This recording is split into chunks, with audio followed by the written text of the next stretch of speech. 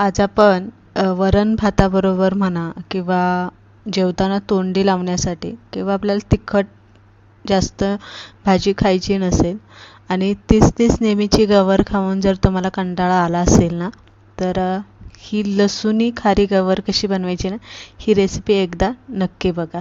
म्हणजे नेहमी तुम्ही याच पद्धतीने बनवणार आहे. त्यासाठी इथे मी काय केलेलं आहे, पावशेर गवार घेतलेले. गवार ही कवळी आणि ताजी फ्रेश घ्यायची. निवडताना गवार मोठीच निवडायची, म्हणजे तिचे तुकडे करताना मोठे करायचे, बारीक करायचे नाही. लसूण आपल्याला इथे भरपूर लागणार आहे. म्हणजे इथे 2 कांड्या ज्या लसणाच्या असतात त्या घेतलेल्या आहे. लसूण ठेचून घ्यायचा आहे. 1 टोमॅटो लागणार आहे. 5-6 हिरव्या मिरच्या अशा उभ्या चिरून घ्यायच्या आहे आणि कढीपत्ता आणि कोथिंबीर लागणार आहे. आता काय करायचं आहे, कढईमध्ये तेल घालायचं. 1 पळीभर तेल घातलेलं आहे. जिरी मोहरी आपल्याला त्यामध्ये घालायची.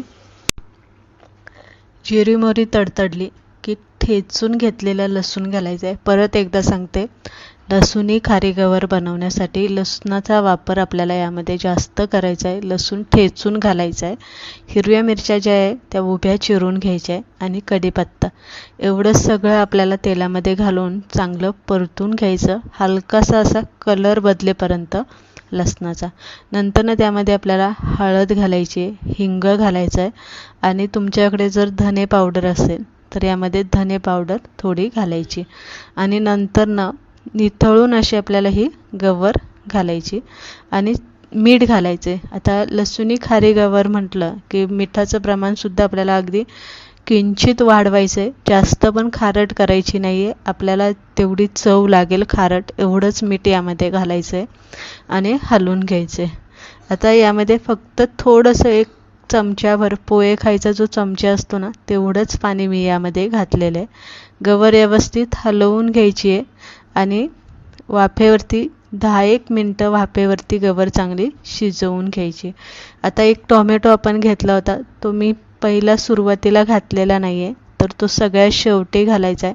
कारण टोमॅटो आपल्याला इथे शिजून अजिबात घ्यायचा नाही आहे, तो कच्चाच राहिला पाहिजे. म्हणून आपल्याला कोथिंबीर आणि टोमॅटो सगळ्यात शेवटी घालायचे. व्यवस्थित गवारमध्ये हलवून घ्यायचे आणि 2-1 मिनटं आपल्याला हे असं परतून घ्यायचं. टोमॅटो वगैरे शिजवायचा नाही. पाणी त्यामधलं जे ते पूर्ण सुकवून घ्यायचं.